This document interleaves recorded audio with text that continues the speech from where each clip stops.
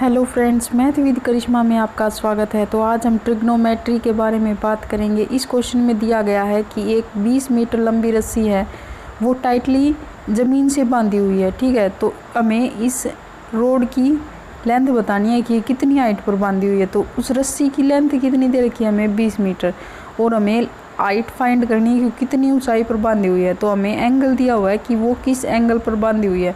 तो ये जो ट्रिग्नोमेट्री के है, हमने कल ही इन सभी की वैल्यू याद की थी। तो अगर आपने मेरी वो वीडियो नहीं देखी है तो प्लीज़ जाकर देख लीजिए, उससे आपको सभी वैल्यू याद हो जाएंगी। तो यहाँ पे डायरेक्ट हमें पता चलता है परपेंडिकुलर बाई हाइपोटेनियस। तो हम परपेंडिकुलर की जो हाइट है उसको h मान लेते हैं। हाइपोटेनियस की लेंथ हमें दे रखी है 20। परपेंडिकुलर बाई हाइपोटेनियस क्या होता है, वो होता है sin 30। ये फॉर्मूले भी हमने कल की वीडियो में डिस्कस किए थे। तो यहाँ से h की वैल्यू डायरेक्ट क्रॉस मल्टीप्लाई से आ जाएगी 10। ठीक है, आई होप आपको ये क्वेश्चन समझ आया होगा। आप क्वेश्चन नंबर 2 के बारे में बात करते हैं। क्वेश्चन नंबर 2 में बोला गया है कि एक पेड़ था, वो पेड़ बीच में से टूट गया है। ठीक है, और ये पेड़ टूट कर ज़मीन को टच हो गया है। बीच में से टूट कर ज़मीन को टच हुआ है, और हमें पेड़ की लेंथ बतानी है। जिस हिस्से से ज़मीन में टच हुआ है ना, उसका एंगल दे रखा है। ठीक है, 30 डिग्री। और ज़मीन में जहाँ पर पेड़ था, वहाँ पर जहाँ पर उसका सिरा ज़मीन को टच हुआ है, वो डिस्टेंस दी हुई है। ठीक है, तो अगर हमसे ट्री की लेंथ पूछी है तो ट्री की लेंथ क्या होगी, AB होगी प्लस में BC होगी, क्योंकि वो हिस्सा जो ज़मीन को टच हुआ वो भी तो पेड़ का ही भाग था। तो हमें जो इसकी ज़मीन से इसकी दूरी दे दी 8 मीटर। ठीक है, तो हमें लिखेंगे P बाई, सबसे पहले तो हम परपेंडिकुलर वाली डिस्टेंस निकालेंगे, जो पेड़ खड़ा है। तो परपेंडिकुलर बाई बेस। इसमें क्या होता है कि जो क्वेश्चन जो हमें गिवन होता है ना, वो एक चीज़ ले लो, और जो हमें फाइंड करनी है वो ले लो, और जो एंगल दिया है ना उसके बराबर लिख लो दोनों चीज़ों को। तो यहाँ से परपेंडिकुलर बाई बेस किसके इक्वल आ गया, टेंजेंट के। टेंजेंट 30 की वैल्यू होती है 1/√3, और यहाँ से h की वैल्यू डायरेक्ट क्या गया हमारे पास 8/√3। अब हमें जो ये बाकी का हिस्सा धरती में पड़ा हुआ है वो हाइपोटेनियस के रूप में हमारे पास। तो हमें पता है बेस बाई हाइपोटेनियस क्या होता है, वो होता है कोस। तो यहाँ से एंगल तो सेम ही है, तो base by hypotenuse is equal to cos 30।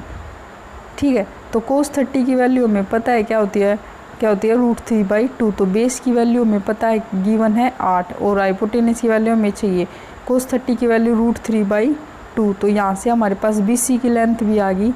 क्या आ गई हमारे पास यहाँ से BC की लेंथ, ये कैलकुलेट कर लेंगे हम यहाँ से 16/√3।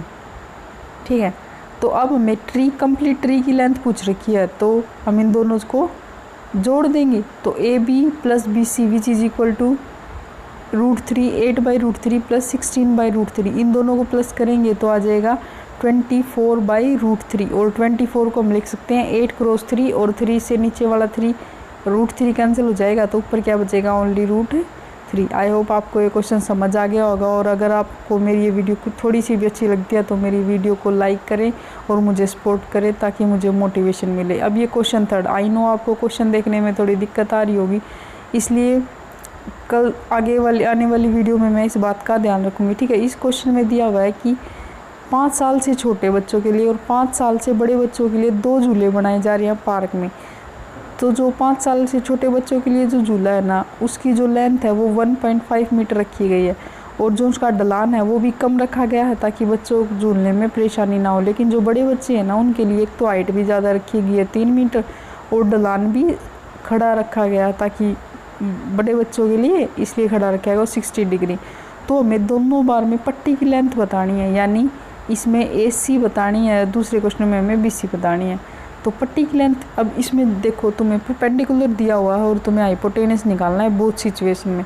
ठीक है, तो परपेंडिकुलर बाई हाइपोटेनस साइन होता है, तो P/H which is equal to sine, और साइन 30 की वैल्यू हमें पता है 1/2। ठीक है, अगर आपको ये वैल्यू याद करनी है तो मैं आपको फिर बताती हूँ। मैंने कल ही एक वीडियो गिरी है जिसमें आप 1 मिनट में सभी वैल्यू को याद कर सकते हैं विद ट्रिक। तो यहाँ पे 1.5/h और यहाँ पे 1/2, तो h की वैल्यू आ गई 3 मीटर। यानी छोटे बच्चों का जो झूला है, जो उसकी ये ढलान की लेंथ होगी वो होगी 3 मीटर। अब हम बड़े बच्चों के लिए निकालते हैं तो वो सेम है P/h which is equal to sine 60 हो जाएगा। यहाँ पे P की वैल्यू दे रखी है 3, h की वैल्यू हमें फाइंड करनी है, और साइन 60 की वैल्यू दे दी हमें √3/2। 2। तो यहाँ से अगर हम h की वैल्यू निकालते हैं तो हमारे पास क्या आ जाएगी, इसको कैलकुलेट करेंगे 6 बाय में √3 और इसको हम काट सकते हैं, यह आ जाएगा 2 बाय √3। ठीक है, आई होप आपको ये दोनों ही पार्ट इसके समझ आए होंगे। इसके बाद हम 4th क्वेश्चन के बारे में बात करते हैं। देखो 4th क्वेश्चन, इस क्वेश्चन में हमें गिवन था कि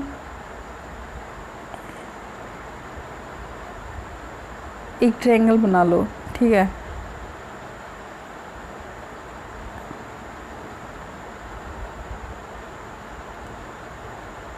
ये वाली लेंथ इससे दूर दे दी 30 मीटर। अच्छा, ये है कि बिल्डिंग है, बिल्डिंग के ऊपर एंगल ऑफ एलिवेशन दिया हुआ है, यानी हम किसी एक बिल्डिंग पे खड़े हैं। ठीक है, बिल्डिंग से नीचे की तरफ अगर हम देखते हैं किसी पॉइंट को तो ऊपर एंगल बनता है, एंगल ऑफ एलिवेशन बोलते हैं उसे। तो वो वाला ऊपर 30 डिग्री बना, तो ये नीचे भी क्या कहलाएगा, ये भी 30 डिग्री होगा। और हमें इसमें ना बिल्डिंग की हाइट पूछी हुई है, तो अगर बिल्डिंग की उस पॉइंट से दूरी दे दी हमें 30 मीटर, तो ये क्या बन गया, हमें परपेंडिकुलर निकालना है और हमें बेस दे दिया है। तो परपेंडिकुलर हमने h मान लिया, बेस की वैल्यू 30 दे रखी है। तो परपेंडिकुलर बाई बेस क्या होता है, ये होता है टेंजेंट। तो perpendicular by base is equal to tangent 30 degree. तो परपेंडिकुलर की जगह तो हम h लिख लेंगे और बेस की जगह पर हम 30 लिख लेंगे, और हम यहाँ पे लिख लेंगे सीधा टेंजेंट 30, जिसकी वैल्यू होती है 1 बाई √3। तो यहाँ पे h की वैल्यू आ जाएगी हमारे पास 30 बाई √3। ठीक है, और यहाँ से इसको हम कैंसिल आउट करेंगे तो यहाँ पे आ गई 10 √3। आई होप आपको ये क्वेश्चन भी समझ आया होगा। अब हम क्वेश्चन 5 के ऊपर बात करते हैं। आई नो क्वेश्चन देखने में बहुत ज़्यादा परेशानी हो रही है, आगे से परेशानी नहीं होगी, आप अपने मैथ में क्वेश्चन देख सकते हो। ठीक है, तो अब जो क्वेश्चन नंबर 5 है, इसमें बोला हुआ है कि एक काइट है, वो इस तरह उड़ रही है, मतलब मान लो ये जो इसकी रस्सी है वो बिल्कुल सीधी है। ठीक है, जो वो जहाँ से हम उड़ा रहे हैं ना उसको, वो वाला एंगल दिया हुआ है इसमें 60 डिग्री का। ठीक है, तो इसके बाद हमें उसकी हाइट दी हुई है कि वो इतनी हाइट पे उड़ रही है, यानी परपेंडिकुलर दिया हुआ हमें 60 मीटर। हमें रस्सी की लेंथ फाइंड करनी है, तो हमें पता है कि हमें परपेंडिकुलर दिया हुआ है और हमें हाइपोटेनस फाइंड करना है। तो वही फॉर्मूला है perpendicular by hypotenuse which is equal to sine. तो यहाँ पे साइन 60 की वैल्यू निकालनी है हमें। साइन 60 की वैल्यू तो हमें पता है √3/2। तो यहाँ पे डायरेक्ट हम ये 60 वैल्यू रखेंगे, 60/h इज इक्वल टू √3/2। इसको हम कैलकुलेट करेंगे, h की वैल्यू आ जाएगी 120 बाई में √3। अब 120 को हम 40 क्रॉस 3 लिख सकते हैं। 3 में हम इसलिए तोड़ते ताकि नीचे वाले 3 को कैंसिल आउट कर सकें। तो इसका आंसर आ जाएगा 40√3। ठीक है, अगर आपको इन वीडियो से रिलेटेड कोई भी डाउट है तो आप मुझे कमेंट सेक्शन में बता सकते हैं, मैं आपको उन डाउट्स को सोल्व करने की ट्राई करूंगी और आपको ये क्वेश्चन दोबारा सोल्व करके दिखाऊंगी। ठीक है, अब क्वेश्चन नंबर 6 के ऊपर बात करते हैं। इसके आगे के बाकी 10 क्वेश्चन हम नेक्स्ट वीडियो में डिस्कस करेंगे। तो क्वेश्चन नंबर 6 में दिया हुआ है कि एक 1.5 मीटर टॉल एक बच्चा है। ठीक है, वो एक बिल्डिंग की तरफ जा रहा है, जो बिल्डिंग की लेंथ दे दी हमें 30 मीटर, यानी बिल्डिंग की हाइट दे दी, सॉरी। अब वो बिल्डिंग की तरफ जा रहा है, तो वो बिल्डिंग की ऊपर की तरफ देख रहा है। ठीक है, तो अगर वो बिल्डिंग के ऊपर की तरफ देख रहा है तो हमें एंगल दे दिया, नीचे एंगल आ गया 30 डिग्री। अब ये बच्चा बिल्डिंग की तरफ जा रहा है, तो जैसे जैसे ये बिल्डिंग के पास जाएगा इसके एंगल बढ़ेगा। ठीक है, तो जो पहले एंगल 30 डिग्री था वो अब 60 डिग्री हो गया। तो इसने ये पूछा है कि ये बताओ कि ये बिल्डिंग के कितने करीब आया है। ठीक है, तो इसमें दोनों ही क्वेश्चन पूछ सकता है। ये भी पूछ सकता है कि ये बिल्डिंग से कितना दूर है, या ये भी पूछ सकता है कि ये बिल्डिंग के कितने पास आया है। तो ये क्वेश्चन के ऊपर डिपेंड है कि क्वेश्चन में क्या पूछा हुआ है। हमें टोटल लेंथ दे दी उस बच्चे जहाँ पे वो खड़ा है और जहाँ पे वो बिल्डिंग है, उन दोनों के बीच की हमें टोटल लेंथ दे दी। ठीक है, तो हमने टोटल लेंथ को मान लिया x। ठीक है, और जहाँ जितनी दूर वो चला था उसको मैंने ओनली a मान लिया, तो जितनी दूर बच गई वो हो गया x minus a। I hope आपको समझ आया होगा। अब ये यहाँ पे 2 ट्रायंगल बन गए, हम एक एक करके दोनों ट्रायंगल को सोल्व करेंगे। तो अब सबसे पहले हम लेते हैं ABD, यानी सब बड़ा वाला ट्रायंगल। अब हमें पता है परपेंडिकुलर की लेंथ यहाँ पे 1.5 मीटर से शॉर्ट हो गई, क्योंकि इतनी तो उस लड़के की हाइट थी ना, तो परपेंडिकुलर की वैल्यू आ गई यहाँ पे 28.5। ठीक है, और यहाँ पे बेस की वैल्यू हमने मान ली x, तो यहाँ पे आ गया 28.5 बाई में x which is equal to angle दे दिया 30 डिग्री। तो हमें पता है परपेंडिकुलर बाई बेस क्या होता है, वो होता है टेंजेंट। तो यहाँ पे 28.5 बाई में x आ गया, टेंजेंट 30 की वैल्यू हमें पता है 1/√3 होती है, तो यहाँ से x की वैल्यू डायरेक्ट आ जाएगी 28.5 इंटू √3। ठीक है, अब हम छोटा वाला ट्रायंगल लेते हैं। छोटे वाले ट्रायंगल के अंदर हमारा एंगल 60 डिग्री दिया हुआ है और जो इसका बेस है वो x माइनस ए हो गया है। आप इसको a मान लोगे तो वो आपका x माइनस ए हो जाएगा, इससे कोई बड़ा फ़र्क नहीं पड़ता। ठीक है, तो यहाँ पर हमने लिख लिया परपेंडिकुलर बाय में बेस, वही टेंजेंट बनेगा। परपेंडिकुलर की वैल्यू सेम रहेगी 28.5 और बेस की वैल्यू हमें फाइंड करनी है, उसकी जगह पर हमें x माइनस ए रख देंगे। ठीक है, तो यहाँ पे जो टेंजेंट 60 डिग्री है उसकी वैल्यू होती है √3, तो यहाँ पे हम इसके इक्वल में लिख देंगे √3। ठीक है, टेंजेंट 60 डिग्री 28.5 बाई में x minus a is equal to √3। तो यहाँ से x माइनस ए की वैल्यू हो जाएगी 28.5 बाई में √3। अब यहाँ पे हमने ऊपर क्या फाइंड की थी, हमने x की वैल्यू फाइंड की थी ना ऊपर, फर्स्ट इक्वेशन जो हमने अभी फाइंड की थी x की वैल्यू वो थी 28.5 √3। ठीक है, तो यहाँ पे हम वो x की वैल्यू x की वैल्यू पुट कर देंगे और हमारे पास a की वैल्यू आ जाएगी। क्वेश्चन में हमसे a की वैल्यू पूछी हुई है कि वो कितनी दूर चला था।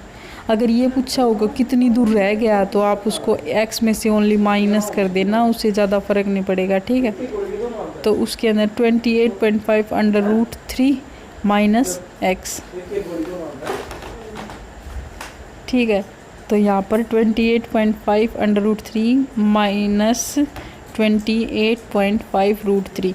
अब हम एलसीएम ले लेंगे √3, तो वहाँ पे आ गया 28.5 माइनस 28.5 इंटू 3 क्यों हो गया, क्योंकि हमने एलसीएम लिया था, इसके नीचे कुछ भी नहीं था, तो √3 की मल्टीप्लाई हो जाएगी। तो अब हम जब इसे कैलकुलेट करेंगे तो हमारे पास देखो एक 28.5 से तो एक कैंसिल आउट हो ही गया, तो हमारे पास 3 में से 2 बच गए, तो हम सीधा 28.5 की 2 से मल्टीप्लाई कर लेंगे, जहाँ पे हमारा आंसर आ रहा है 57 डिवाइड बाई √3 है। तो वही बात है, हम 57 को 3 के पेयर में तोड़ लेंगे, यानी 19 3 ज़ा 57, तो मैं 57 को लिख लूँगी 19 मल्टीप्लाई बाई 3। अब √3 से वो 3 कट जाएगा तो हमारे पास आंसर आ जाएगा 19 √3। आई होप आपको ये क्वेश्चन भी समझ आया होगा। यहाँ पे a की वैल्यू आ गई है 19 √3। ठीक है, आगे ये सभी बाकी की वीडियो हम अगली वीडियो में डिस्कस करेंगे। बाकी के 10 क्वेश्चन अगर आपको मेरी मेहनत पसंद आई हो तो मेरे चैनल को लाइक शेयर और सब्सक्राइब